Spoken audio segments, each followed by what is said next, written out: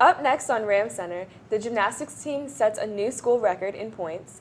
We'll unveil our WCU Coach of the Week and give you the latest stats and scores. All that and more. Ram Center starts now.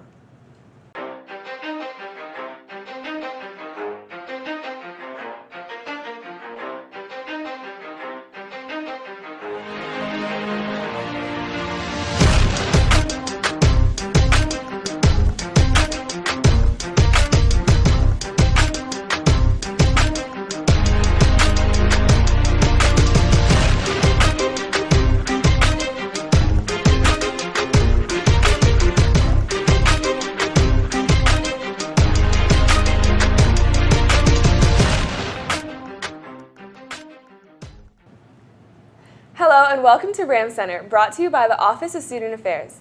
I'm Ashley Williams, alongside Josh Swift, bringing you the latest in WCU sports. That's right, and this week we have a special sit-down with football standout Al-Haj Shabazz. Could the NFL draft be in his future? That would be amazing if he went to the NFL. It would be. A Westchester alum in the NFL draft? Wow. Exactly. He better make us proud. And we'll also have our cold cut duel of the week and Samara with Pro Sports. But enough of the chit chat. Let's recap this past week in WCU athletics. And we'll start with gymnastics. Our gymnastics team, they broke the school record for team points by scoring 190.75 in the quad meet held at University of Pennsylvania. While their mark was the highest in school history, it was not the highest of the night. The host Quakers squeezed into the winner spot with the team score of 190.9. But regardless, this year's team has secured their spot in the record books. That's not a bad achievement, placing themselves in the record books with the highest score. Exactly, and it's the beginning of the season. I bet they're going to surpass that record. They should. By the end. How about our men's basketball team? They were in action against Lock Haven Eagles, and if you were wondering how they would follow up a 1-point 4-overtime win, let's just say they have a flair for the dramatics. Down 15 with 5 minutes left, the Rams went on an 18-3 run, fueled by Parrish Grant, who scored 11 in the final 2 minutes. The Rams win another 1-point game this time by a final of 76-75. And oh yeah, with that 2-game winning streak, the Rams are 1 game over 500 at 12-11. Grant finished with 19 points and 9 assists. Also of note, Lock Haven's Wally Hepburn recorded a triple-double with 22 points, 10 rebounds, and 11 assists. He got that triple-double, but we got the victory. That's all that matters. Exactly. Imagine that feeling as a fan, seeing your team making a miraculous comeback. The whole crowd is hype and cheering. The atmosphere in Hollinger was just electric. Congrats to the men's basketball team on their victory. Not to be outdone, the Lady Rams also took care of Lock Haven on the hardwood, beating them 68-55. It was a game much closer than the score indicated, but the Lady Eagles hung around, but Sharifa Junad was a beast down low. The senior had 21 points, 8 of 9 shooting, and grabbed 10 rebounds. For the oh-so-sweet double-double, Lady Rams are now 17-4, 3 games behind Bloomsburg for the first place in PSAC East. Keep up the good work, Lady Rams. Football season may be over, but for college players looking to make an NFL roster, this offseason is the most important months of their lives. All-American defensive back Al-Haj Shabazz is getting ready for the NFL draft. He was selected to play in the NFLPA Collegiate Bowl, a game in front of NFL scouts and coaches. So how has his experience been? Our own Caitlin Clark sat down with Haj to discuss just that. Hello, I'm here today with Al-Haj Shabazz. He's a senior athlete here at Westchester on the men's football team. I'm sure that anybody that does keep up with football knows, who he is and some of the great things he's done for the team. So reflecting on one of them, you were one of 8 Division II athletes selected for the NFLPA Bowl. How did that feel being selected for that? Yes, ma'am. I definitely was. It was honestly one of the best experiences of my life, hands down. When you got guys that kind of overshadows you your whole life, and these athletes who are supposed to be better than you coming out of high school, and you finally get a shot and play against them, and it's not as challenging as you thought it would be. It's pretty good feeling. It's pretty good feeling. That's awesome. Do you feel any different? Do you have a different mindset now, knowing that you're a draft eligible player, or do you have the same kind of mindset? Honestly, I'm trying to keep the same mindset that got me here. I feel as though if I change it up now, I'll be fixing something that isn't broke. So I'm gonna do it the same mindset, thinking how I think. Let's just focus on the plan ahead. So we're gonna stick in it. Okay, cool. And coming to Westchester, you may not have been necessarily the star player that you are now. How did you work towards such improvement? Mentality wise, coach couldn't tell me anything, I thought I was just starting college player, but realistically, yeah, I definitely had to work towards those type of goals, and that was just lots of hours in the film room, studying tape, studying other teams, and just probably working out with probably friends of mine like Antoine Blaine and Ronald Williams, guys that pushed me to help me become a great player, and I tried to do vice versa for them, and it showed on the field for them as well as me. So they're not in the same predicament I'm in, but they also have a shot as well. So that's pretty much me sticking around guys that were just as positive as me, trying to do the same thing I'm doing. We're all just trying to make it to the club. That's great.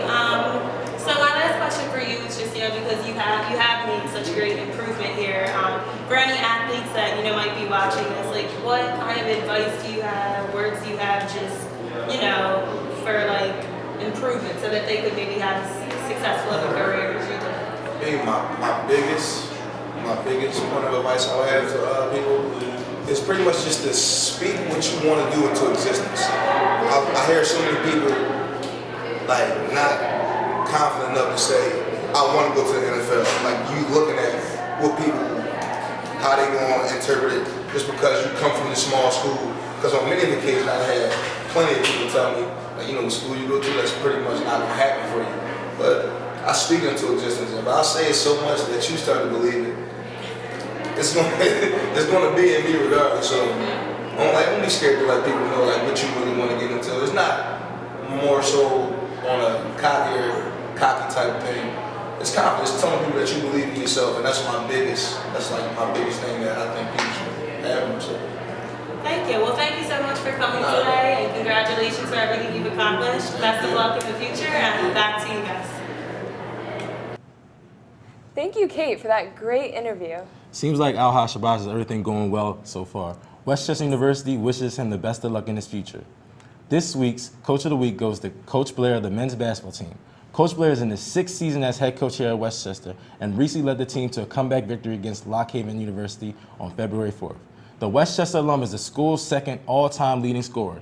Last year, he steered the Rams to a 20-win season for the first time in a decade. Coach Blair hopes to finish the season out strong and win a conference championship. Now, let's find out who won last week's Duel of the Week. J-Rom? Thanks, Ashley. Welcome to Cold Cut's Duel of the Week. I'm your host, J-Rom, better known as LeBron James Sr. And I'm J-Rad. Why didn't they run the ball? I don't know. Well, congratulations to Portia Speller, who won on last week's duel with a sick crossover. And now let's get into this week's duel. All right, let's take a look at it. First clip, we got a nice crossover, then shot clock going down, boom, nails it, 1-point game, crucial. I think that's my play of the week. Yeah, all in the defender's face. It's a good shot. All right, well, let's check out my clip. All right. Anna Kuntz is going to guard the paint like no one's business. The offensive player comes in and just gets rejected. Sits her down. Let's check that one out again. I mean, Denied. gets off the floor. It's not happening. Don't bring that in Anna home. Kuntz's house. Yeah, go home. Well, so you guys, if you like J-Rad's clip, you can vote for that sweet jump shot by hashtagging J-Rad. And if you like the good defensive play, you can vote for my clip by hashtagging J-Rom. As always, we will come back next week with the winner of this week's duel and get you some more duels. Keep it fresh. Keep it fresh. Now that the Super Bowl has come to an end, we get to focus our attention on the NBA. This season has been full of surprise teams that continue to climb the ranks and seek a spot at number 1. The Atlanta Hawks have caught the eye of basketball fans across the country after being the first team in NBA history to go 17-0 in January. And for the first time ever, the Hawks' whole starting lineup was named Eastern Conference Players of the Month for January. The starting lineup, including All-Stars Jeff Teague, Paul Millsap, and Al Horford, all averaged double figures, but nobody had over 20 points, showing how balanced the team is. Number 1 in the power rankings, the Hawks have a chance to make some noise in this year's postseason. From one team in the East to another, the Cleveland Cavaliers seem to have finally found their sweet spot, winning 12 straight until their defeat last Friday at the hands of the Pacers, 103-99, falling to 31-21 on the season. That's all for Pro Sports this week. I'm Samara Rosenfeld. Back to the studio. Thanks, Samara. As always, thanks for tuning in, Westchester. My name is Ashley Williams. And I'm Josh Swift. Remember to follow us on Instagram and Twitter at WCU Ram Center. Have a great week.